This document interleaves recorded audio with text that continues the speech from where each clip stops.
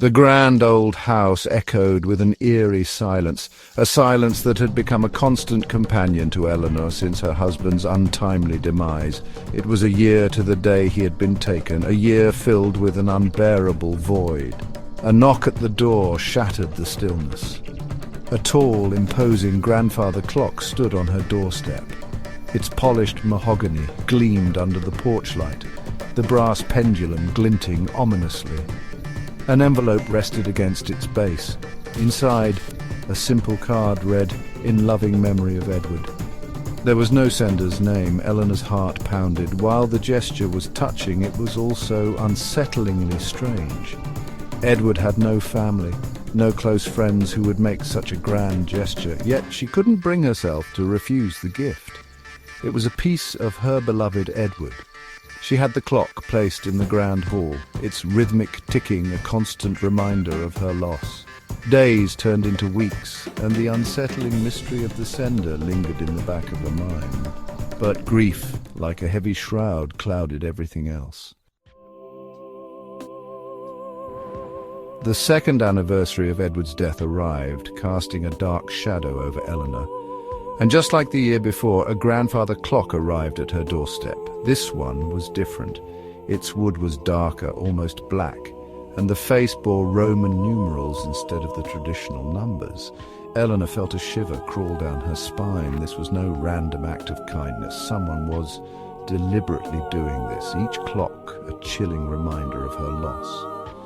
She examined the accompanying card, scrutinizing the handwriting, searching for any clue. But it remained the same, in loving memory of Edward. Night after night, Eleanor lay awake, her mind racing. Who would do such a thing? Was someone trying to torment her, to keep the wound of Edward's death open and festering? Fear, a new and unwelcome companion, began to take root. The third, fourth, and fifth anniversaries passed, each marked by the arrival of another grandfather clock.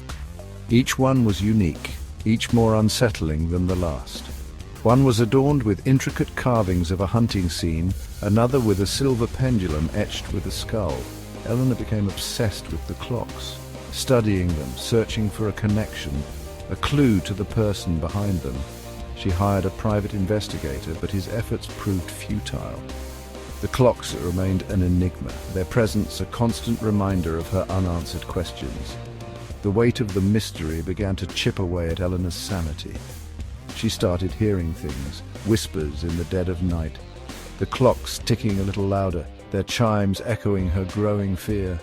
Her once bright spirit dimmed, replaced by a haunting paranoia. The sixth year brought a clock with a porcelain face, a single crack running through the painted image of a serene countryside. It felt like a threat, a promise of something sinister to come.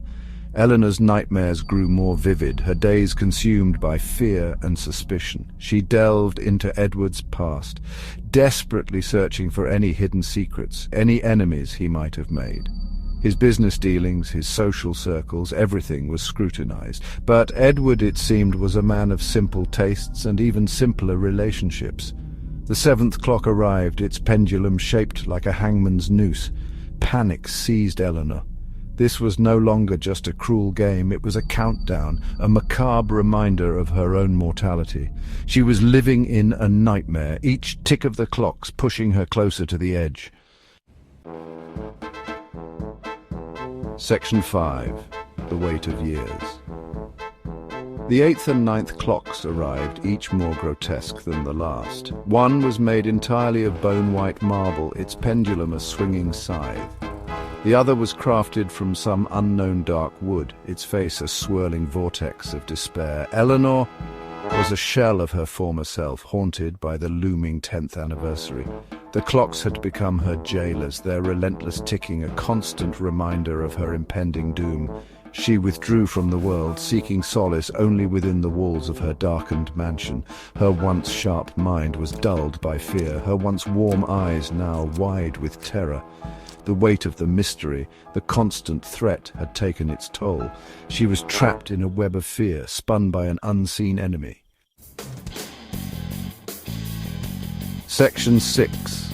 The clock strikes 9, 9 years, 9 clocks. 9 years of fear and uncertainty had etched deep lines onto Eleanor's face. The 10th anniversary of Edward's death loomed, a day she both dreaded and anticipated.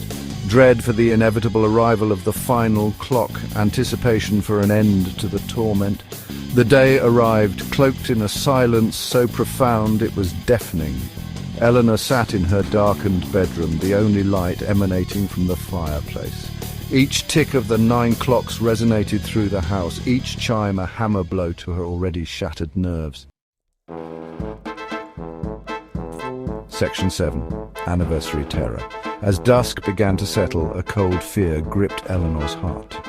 She knew with a certainty that chilled her to the bone that this was it. This was the day the charade would end, the day the truth, no matter how horrifying, would be revealed. A heavy thud echoed from downstairs, followed by the sound of footsteps. Slow, deliberate footsteps. They were coming for her. She rose from her chair, her legs trembling, her breath catching in her throat. The footsteps stopped outside her bedroom door. A moment of silence, thick with anticipation and dread, stretched on for an eternity. Then a knock, 2 sharp raps that reverberated through the room. Eleanor's hand went to her mouth, stifling a scream. Section 8. The pieces align. The door creaked open, revealing a dark figure silhouetted against the light from the hallway. Eleanor's breath hitched, her heart pounding against her ribs like a frantic bird trapped in a cage. The figure stepped into the room, and a familiar voice sliced through the silence. "Good evening, Eleanor." It was James, Edward's lawyer and her closest confidant in the years following her husband's death. Relief, swift and overwhelming, washed over her, but it was quickly replaced by a chilling realization. James had been there all along, a silent observer to her torment. He walked towards her, his face illuminated by the firelight, a cold smile playing on his lips. In his hands he held a small, ornate box. "I believe this belongs to you," he said, his voice devoid of any warmth. Section 9. Revelations in the Rubble. He placed the box on the table. Inside, nestled on a bed of velvet, lay a delicate gold key, a key that Eleanor instantly recognized. It was the key to the grandfather clock Edward had inherited from his grandfather, a clock that had mysteriously vanished after his death. As James detailed his chilling confession, the events of the past 10 years clicked into place. Edward hadn't died accidentally. James had murdered him, driven by greed and a lust for power. The clocks, he explained, were never meant to scare her. They were a message, a countdown to the day he would inherit Edward's fortune. 10 years, 10 clocks. 10 years to secure his position, to make sure all evidence was erased. But James had made one crucial mistake. He had underestimated Eleanor's resilience, her determination to uncover the truth. And, in the end, it was his own meticulous planning, his obsession with time, that led to his downfall. The grandfather clock James had brought that night had exploded, the blast shaking the house to its core. It was a trap, a final act of desperation that exposed his true nature. As the dust settled and the police led James away, Eleanor stood amidst the wreckage of her life, a strange sense of peace washing over her. The clocks had stopped ticking, their silence a symphony of justice served.